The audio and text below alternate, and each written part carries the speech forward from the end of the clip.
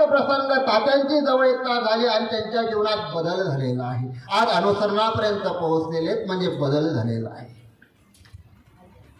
आणि आचार्य नागदेवांचा ज्यावेळेस बदल झाला ना त्यावेळेस आमच्या सर्वज्ञ श्री चक्रधर प्रभूंनी 3.5 वर्षात म्हणजे आऊट वर्षामध्ये स्वामींनी त्यांना घडून मडून योग्य करून आचार्य पद बहाल करून तुम्हा आम्हाला सर्वांना खऱ्या अर्थानं आचार्य नागदेव निमित्त आहेत।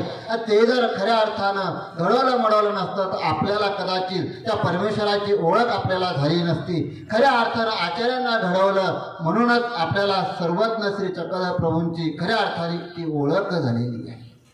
त्या नागदेव आचार्यांनी ज्यावेळेस निंबा या गावामध्ये मड बांधला ना, मड बांधल्याच्या नंतर 700 ते 500 गुरुकुळ त्यांच्या सहवासात त्यांच्या सानिध्यामध्ये राहू लागलं। आणि राहू लागल्याच्या नंतर आचार्यांच्या नुसत्या नावात वेद होता। वेद म्हणजे आवडी।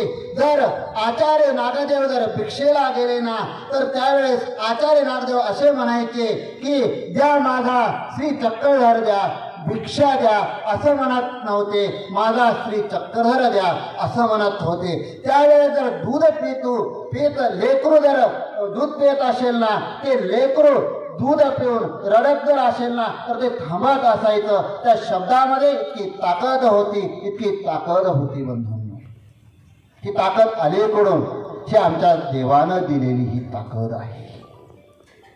आणि ज्यावेळेस आचार्य नागदेवांचा एक वेद निर्माण होता, हिराईचा नावाचे एक भक्त, त्याला एक वेद लागलेला होता, आवडी लागलेली होती। आणि आचार्य नागदेव कोण आहेत, मग त्या आचार्यांच्या भेटीला जायचं आहे। ज्यावेळेस आचार्यांच्या भेटीला हिराईचा नावाची भक्त हिराईचा आचार्य नागदेवांकडे आली, वेधली। आणि वेधल्याच्या नंतर नुसते वेधच नाही हो, अनुसरणापर्यंत फक्त वेदामध्ये इतकी ताकद आहे, बघितल्यामध्ये एवढी ताकद आहे। तर साक्षात जर अनुभव जर घेतला ना आमच्या ईश्वरीचा, त्या ब्रह्मविद्येची ताकदच वेगळी आहे। जर आनंद जर घेतला ना तर तो आनंदच वेगळा आहे। आणि हिराईचा